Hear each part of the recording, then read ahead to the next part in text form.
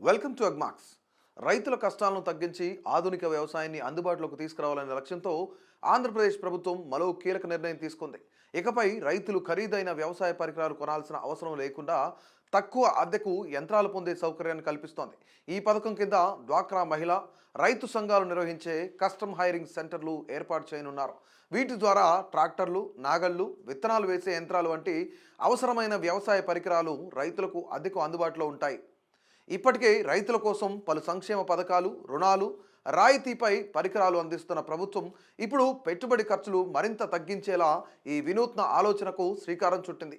వ్యవసాయం, ఉద్యాన పంటలు సాగు చేసే రైతులకు అవసరమైన యంత్రాలను అద్దెకు ఇవ్వాలని నిర్ణయించి కస్టమ్ హైరింగ్ సెంటర్లను ఏర్పాటు చేయనుంది.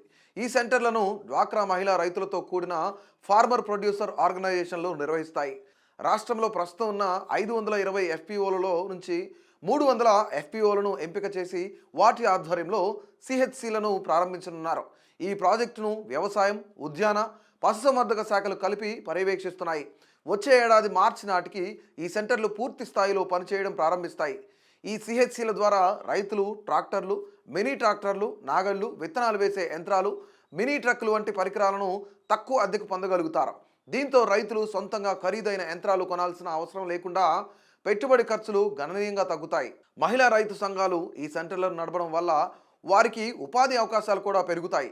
ఈ సిహెచ్సిల నిర్వహణ కోసం కేంద్ర ప్రభుత్వం జాతీయ జీవనోపాధుల కార్యక్రమం కింద 60 కోట్ల రూపాయలను కేటాయించింది.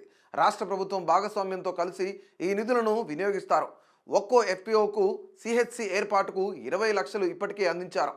ఈ కేంద్రాల్లో డ్రోన్లు, ట్రాక్టర్లు, మినీ ట్రాక్టర్లు, భూసార పరీక్ష పరికరాలు, మినీ రైస్ మిల్లులు, ప్రాసెసింగ్ ప్లాంట్లు వంటి ఆధునిక పరికరాలు అందుబాటులో ఉంటాయి. భూసార పరీక్షల ద్వారా పంట దిగుబడులు పెరుగుతాయి. మినీ రైస్ మిల్లులు, ప్రాసెసింగ్ ప్లాంట్లు ఉండటం వల్ల రైతులు ధాన్యాన్ని నేరుగా ప్రాసెస్ చేసి అమ్ముకునే అవకాశం పొందుతారు. డ్రోన్ల వాడకంతో పురుగు మందుల పిచికారీ సులభంగా, వేగంగా జరుగుతుంది. ట్రాక్టర్లు, మినీ ట్రక్కులు వ్యవసాయ పనులను త్వరగా పూర్తి చేయడానికి ఉపయోగపడతాయి. ప్రతి ఎఫ్పిఓలో సుమారు 1500 నుంచి 2000 మంది రైతులు సభ్యులుగా ఉంటారు.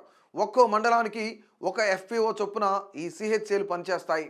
రైతులకు అవసరమైన పరికరాలను ఎఫ్పిఓలే కొనుగోలు చేసి సెంటర్లలో ఉంచుతాయి. రైతులు వీటిని బహిరంగ మార్కెట్ కంటే తక్కువ ధరకే అద్దెకు తీసుకోవచ్చు. సిహెచ్సిల నిర్వహణను పూర్తిగా ఎఫ్పిఓలే చూసుకుంటాయి.